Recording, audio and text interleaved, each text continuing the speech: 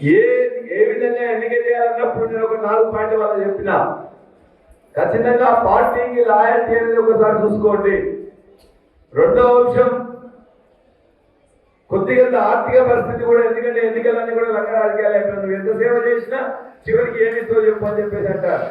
కాబట్టి కొద్దిగా పెట్టే శక్తి కూడా కొద్దిగా చూడమని చెప్పేసి కూడా చెప్పిన. అదేవిధంగా ఏదైతే ఉంటారో ఒక బీసీ కమ్యూనిటీ కూడా బీసీలో ఎక్కువ మంది ఉన్న వాళ్ళైతే వాళ్ళకి ఇస్తే బాగుంటుందని చెప్పి కూడా, ఎందుకంటే కులం ప్రభావం, మతం ప్రభావం, డబ్బు ప్రభావం అన్నీ ఉన్నాయి కాబట్టి వాటిని కొద్దిగా చూస్తూ పెద్దగా మొత్తం పార్టీకి లాయల్టీగా ఉండాలి అనే అంశాలతోనే ఇలా సెలక్షన్ జరిగింది. అందుకే గ్రామాలు మొత్తం ఐక్యంగా ఉన్నాయి. ఇలా కాంగ్రెస్ పార్టీలో వాడు తప్పనిసరి పరిస్థితుల్లో ఎవరో పెట్టుకొని దొరకకపోతే మన దగ్గర నుంచి గుంజుకొని ఇలా పెట్టుకుంటున్నారు తప్ప స్వతహాగా కాంగ్రెస్ పార్టీకి మనలాంటి నాయకత్వం లేదు మనలాంటి. కాబట్టి ఖచ్చితంగా ఇవాళ మెజార్టీ సర్పంచ్ కూడా మనకు మనం వద్దనుకుంటే తప్ప, మనకు మనం మన వాళ్ళని ఓడించుకుంటే తప్ప ఖచ్చితంగా అన్నింటిలో కూడా గెలిచే సత్తా ఇలా బీఆర్ఎస్ పార్టీ నాయకత్వానికి కార్యకర్తలు మాత్రమే ఉండదు. ఎందుకంటే మీకు తెలుసు, తెలంగాణ తెచ్చిన కేసీఆర్ గారు 10 ఏళ్ళు ఏ విధంగా చేసిందంటే 2001 నుండి 14 వరకు ఇలా ఉద్యమ కేంద్రంగా ఉన్న సిద్దిపేటకు ఆనుకొని మనం ఉంటాం. ఆ సిద్దిపేట ఎడిపోతే మనం అటే పోయినాం. సిద్దిపేట ఏం చెప్తే అదే చేసినాం. అందుకే ఇలా ఈ తెలంగాణ సాధన జరిగిందంటే తెలంగాణ సిద్దిపేట కేంద్రంగా జరిగితే తెలంగాణ పక్కనే ఉన్న మనం ప్రతిదానికి అందుకున్నాం కాబట్టి తెలంగాణ వచ్చింది తప్ప మరొకటి కాదు. అంత చరిత్ర మన చేయాల ప్రాంతానికి ఉన్నారు. అందుకే ఏదైనా 2004లో మొట్టమొదటిసారి గులాబీ జెండా క్యాండిడేట్ వెళ్తే ఇక్కడ నుంచి గులాబీ జెండా ఎమ్మెల్యేగా గెలిచింది కూడా ఇదే చేయాల ప్రాంతం. ఆ తర్వాత జరిగిన ఎన్నికల్లో కూడా, ఉప ఎన్నికల్లో కూడా అదే గులాబీ జెండా గెలిచింది. ఇవాళ 2014 కానీ 2018లో కానీ చివరికి క్లిష్టంగా ఉన్న 2023లో కూడా చేరియాల ప్రాంతం మొత్తం ఏకపక్షంగా ప్రతి బూత్ లో, ప్రతి గ్రామంలో మొత్తం చేరియాల ప్రాంతం కూడా గులాబీ జెండాకు అండగా నిలబడ్డది. కాబట్టి ఖచ్చితంగా ఇలా కేసీఆర్ గారు సాధించిన తెలంగాణ మాత్రమే కాదు, తెలంగాణలో కేసీఆర్ గారు చేసిన అభివృద్ధి కార్యక్రమాలు, కేసీఆర్ చేసిన సంక్షేమ కార్యక్రమాలు, కేసీఆర్ చేసిన అభివృద్ధి చేసిన గ్రామాలు ఇలా మనకి సాక్ష్యంగా నిలబడ్డాయి. మీ గ్రామాల్లో చూసుకోండి, గ్రామంలో మీ చెరువు బాగుపడ్డదంటే కేసీఆర్ గారి మిషన్ కాకతీయవలనే బాగైంది. 2 సంవత్సరాల నుంచి ఆ కట్ట మీద చెట్లు మొలిస్తే చెట్లు తీసే నాదుడు కూడా లేడు. మన ఊర్లో రోడ్డు పడ్డాయంటే 2014 నుంచి 2023 వరకే కాబట్టి చెప్పండి. ఇవాళ మళ్ళా కొత్త రోడ్డు ఒక్కటి కూడా, ఒక మూరెడు రోడ్డు కానీ, జానడు రోడ్డు కానీ, కట్టెడు మట్టి కానీ ఇలా ఈ ప్రభుత్వంలో ఒకటి కూడా పోయలేదు. గ్రామాల్లో ఉండే అత్యంత పేదలైన వాళ్ళ కోసమే కేసీఆర్ గారు ఎప్పుడు ఆలోచించేవారు.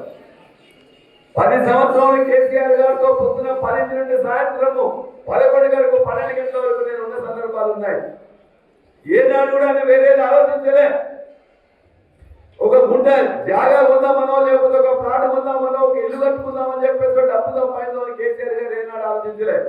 ఈనాటికి కూడా కేసీఆర్ గారికి తనకున్న తెలంగాణ ఉద్యమం స్టార్ట్ అయ్యే ముందు 2001లో ఏదైతే ఇల్లు అది తప్ప ఇంకొక ఇల్లు కానీ ఇంకో జాగా లేదంటే ఆయన ఏ విధంగా కేసీఆర్ గారు ముఖ్యమంత్రి అయిన తర్వాత కూడా నిష్ఠగా, నిబద్ధతతో, నిజాయితీగా ఉన్నారో దయచేసి ఆలోచించండి. 200 ఇస్తున్న పింఛన్ 2000 రూపాయలు చేసిండ్రు. పెళ్లి చేసుకుంటే కష్టమని పేదింటికి మొత్తం కూడా 1,00,000 రూపాయలు కళ్యాణ లక్ష్మి ద్వారా, శాదముల ద్వారా ఇచ్చింది. రైతులకు కష్టమవుతుందని చెప్పేసి రైతు బంధు భారతదేశంలో, ప్రపంచంలో ఎక్కడ లేని విధంగా ఎకరానికి 10,000 రూపాయల చొప్పున 11 సార్లు 73,000 కోట్ల రూపాయలు మనకు అందించింది. రైతు చనిపోతే కుటుంబం బయటపడుతుందని చెప్పేసి ఒక గుంట ఉన్నా కూడా 1,35,000 మందికి 5 లక్షల రూపాయల దశదిన కర్మ కంటే ముందే కూడా డబ్బులు పంపించింది. పండిన పంటను వారం 10 రోజుల్లో మొత్తం కూడా కొనడం, దాని ద్వారా డబ్బులు వేయడం జరిగింది. అది ఏ పంట అయినా, జొన్నలైనా, వరైనా, పత్తి అయినా ఇలా ఎంఎస్పీ కొనమని చెప్పేసి మనం బదిలాడుతున్నాం. యూరియా దొరకని పరిస్థితులు ఇవాళ ఉన్నాయి. ఇవాళ కాంగ్రెస్ పార్టీ ఏం చేసిందో మీరు దయచేసి ఆలోచించండి. మన 200 నుంచి 2000 పింఛన్ ఇస్తే 4000 రూపాయలు పింఛన్ ఇస్తా అని చెప్పేసి రేవంత్ రెడ్డి నమ్మబలికిండు. ఇచ్చిందా?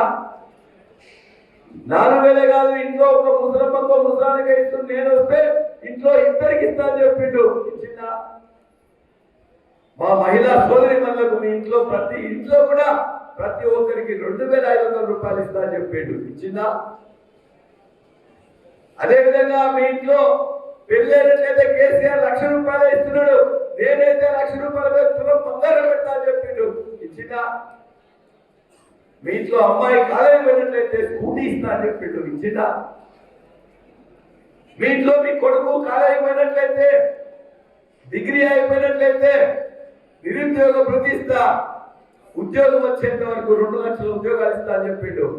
మనం ఇచ్చిన ఉద్యోగాలు, మనం ఇచ్చిన నోటిఫికేషన్, మనం ఇచ్చిన కండక్ట్ చేసిన పరీక్షలు, మనం ఇచ్చిన రిజల్ట్ తప్ప ఒక్క ఉద్యోగం కూడా కొత్తగా అయ్యలే. మనం ఇచ్చిన వాటిని రోజు మీటింగ్ పెట్టుకుంటూ 30,000, 40,000, 50,000 అని చెప్పేసి అన్నట్టు వాడుతా ఉన్నాడు.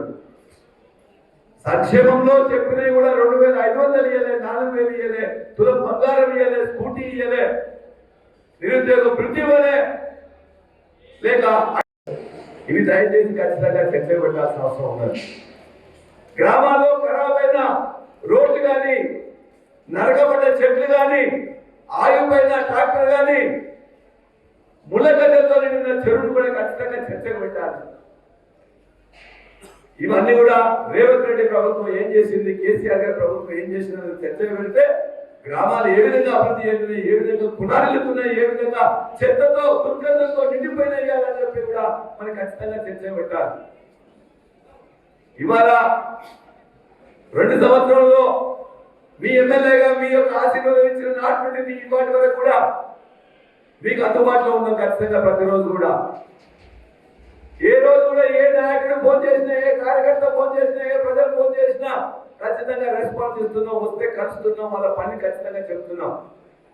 అది పోలీస్ స్టేషన్ లో పని కావచ్చు, హాస్పిటల్లో పని కావచ్చు, కాలేజీలో స్కూల్లో సీటు విషయం కావచ్చు, లేక రెవెన్యూ సంబంధించి మీ భూమి సమస్య కావచ్చు. ఎవరు ఏది నా దగ్గరికి వచ్చినా కూడా నేను కాదు లేదని చెప్పి ఏనాడు చెప్పలే. 2 సంవత్సరంలో ప్రతిరోజు కూడా ఎవరు వచ్చినా కూడా ఆప్యాయంగా వాళ్ళందరి యొక్క పనులు చేయడంలో కొన్ని అవుతాయి, కొన్ని కావు. కానీ ఖచ్చితంగా దాన్ని మాట్లాడినా చేయడానికి ప్రయత్నం చేసిన. హాస్పిటల్ గురించి కూడా చాలా ఖర్చుతో కూడుకున్న పని. ఊర్లో అందరికి కూడా ఇవ్వాలని చెప్పేసి అంటే పార్టీలకు అతీతంగా, కులాలకు అతీతంగా, మతాలకు అతీతంగా ఎవరు వచ్చినా కూడా ఆధార్ కార్డు చూపిస్తే చాలు వాళ్ళందరూ కూడా ఉచితమైన వాద్యం, అది టెస్ట్ కావచ్చు, ఆపరేషన్లు కావచ్చు, మందులు కావచ్చు ఇస్తున్నాం నీలిమ హాస్పిటల్లో. మన హాస్పిటల్ బాగు చేసుకోవడం కోసం సిటీ స్కాన్ జనగాంలో తెప్పించడం. ఇక్కడ కొత్త హాస్పిటల్ కూడా వాళ్ళ వెంటబడి మననే ఓపెన్ చేయించుకున్నాం. అదే విధంగా సీఎంఆర్ఎఫ్ సంబంధించి వచ్చినట్లయితే అప్లికేషన్ రిజెక్ట్ కాకుండా 100కి 100% అనేక వేల మందికి. మీ వ్యాపారం అభివృద్ధి కావాలని కోరుకుంటున్నారా? అయితే వెంటనే క్యూనస్ ని సంప్రదించండి. Schools, colleges, banks, shops, office promotions, land promotions, political promotions, restaurant promotions, hospital promotions, పుట్టినరోజు వేడుకలు, శుభకార్యాలు, వ్యాపారాలు ఏవైనా, సందర్భం ఏదైనా ఇప్పుడే క్యూనస్ ద్వారా తెలియజేయండి. మీ వ్యాపారాన్ని అభివృద్ధి చేసుకోండి.